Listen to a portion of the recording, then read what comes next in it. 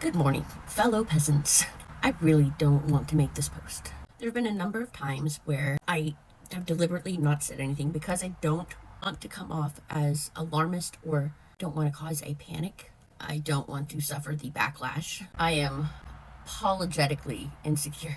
Definitely struggle with the rejection sensitivity dysphoria, for sure.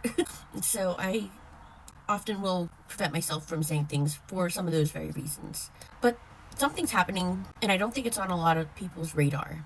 When I think about whether or not I should say anything, if I didn't say anything, the risk would be considerable. The risk would be more than I could bear. As many of you are aware, there has recently been a lot of discussion about measles and the current outbreaks that are happening all over the place. I was speaking to Dr. Anthony Leonardi about this through Twitter private messaging to see if he could clarify something for me. And that conversation went like this.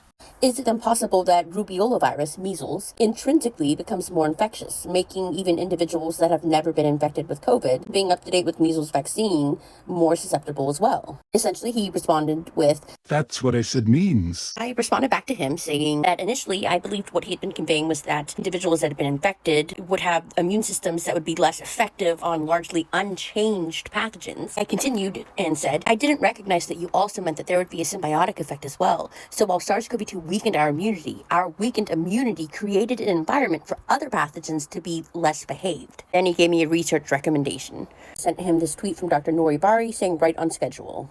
Oftentimes, because as a collective, our immune systems have all worked together to keep pathogens at bay. That's what herd immunity is. We've been able to keep viruses, that we have vaccines for, under control to an extent. Measles or mumps, rubella, chickenpox, all of these, because they're so suppressed and unable to infect more, we've been able to keep pretty well behaved, essentially, and under control.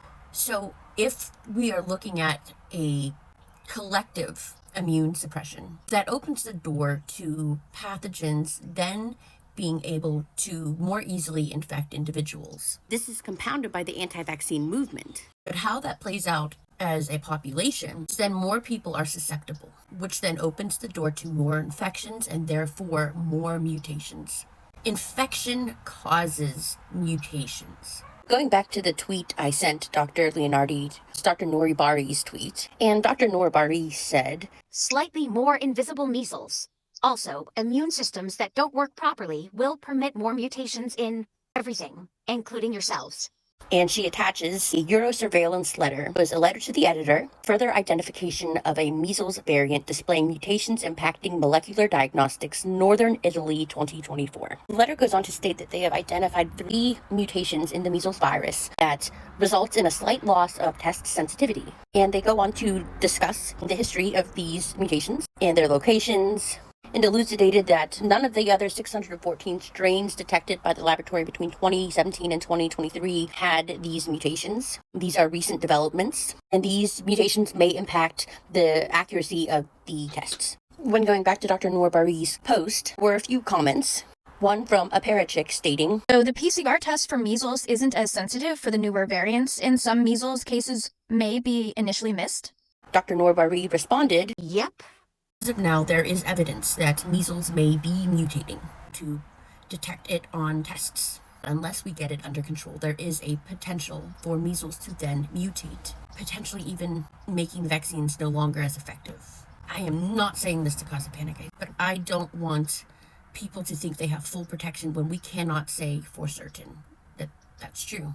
If making those claims, I feel like it is no better than when the CDC told everybody that the vaccines are 100% effective and you will not catch it, and that was dangerous. So why am I making this? The CDC has abandoned us. Our government, our world leaders, they've abandoned us. Public health has abandoned us.